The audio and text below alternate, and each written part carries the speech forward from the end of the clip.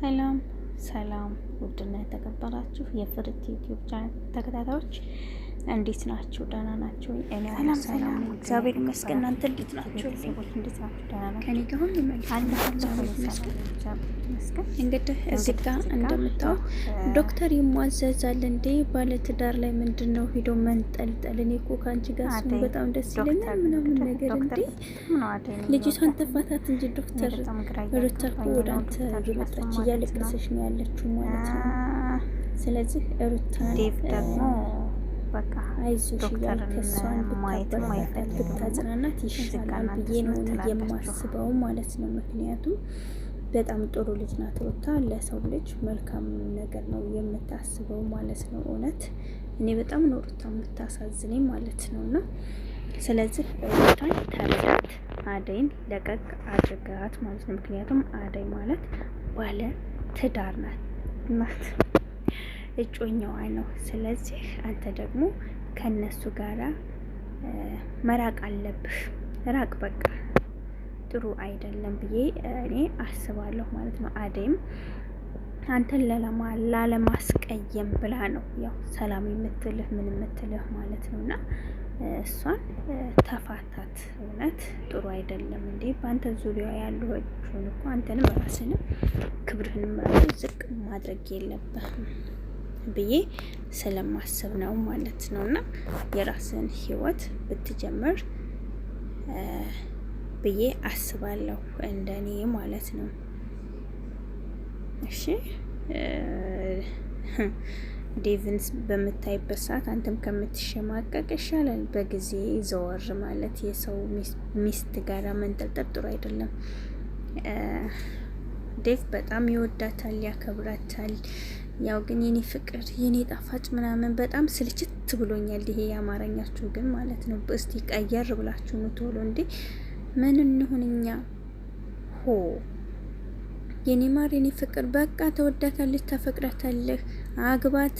እናትህን መርዝ እናትህን የምትለውን ነገር ስተህ አግባት። የምትወዳትና የምታፈቅራት ከሆነ እሷንም እንትን ማለት የለብህም፣ እሷንም ማስቀየም የለብህም ማለት ነው። ስለዚህ እሷን አግባት፣ ተንከባከባት እንደማን እንደ ለሊ ማለት ነው። እስኪ እንግዲህ አሁን ለሊን እያያቸዋት ነው ሁላችሁም።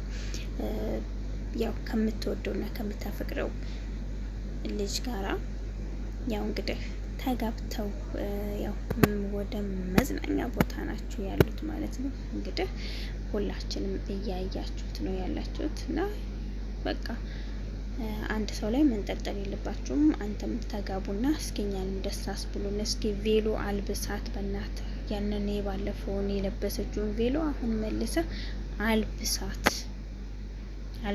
አደይ ቬሎ ለብሳ ማየት እንፈልጋለን።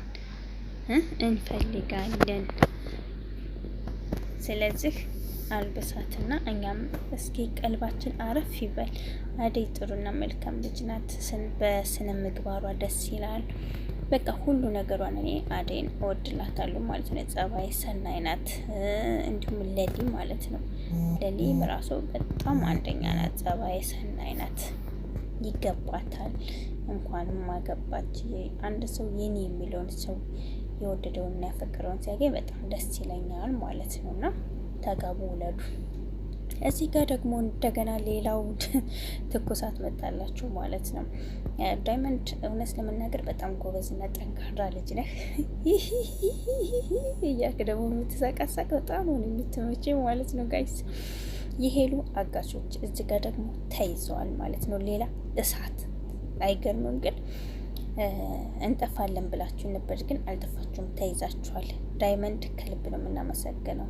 የእነዚህን አረመኔዎች ስላገትክልን በጣም ደስ ብሎኛል ማለት ነው። ያችን ምንም ነገር የማታውቅ ምስኪን እህታችንን ሄሉ ሰው ላይ አትደርስም እውነት ለመናገር ማለት ነው። ስለዚህ ያው ሄሉን ስናግትበት ምንም አያመጣም፣ እሱ ወደኛ ይመጣል እና እሱን አስፈራርተን ሌላ ነገር እናደርጋለን፣ ቤታችንንም የኛ እናደርጋለን።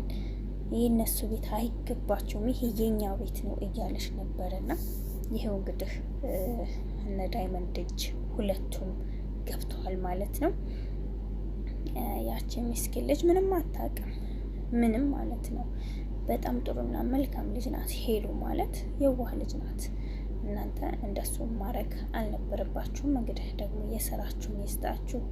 እንግዲህ እሷን ጨለማ ቦታ ነው ያስቀምጣችኋት፣ እናንተ ግን ብርሃን ቦታ ተቀምጣችኋል ማለት ነው።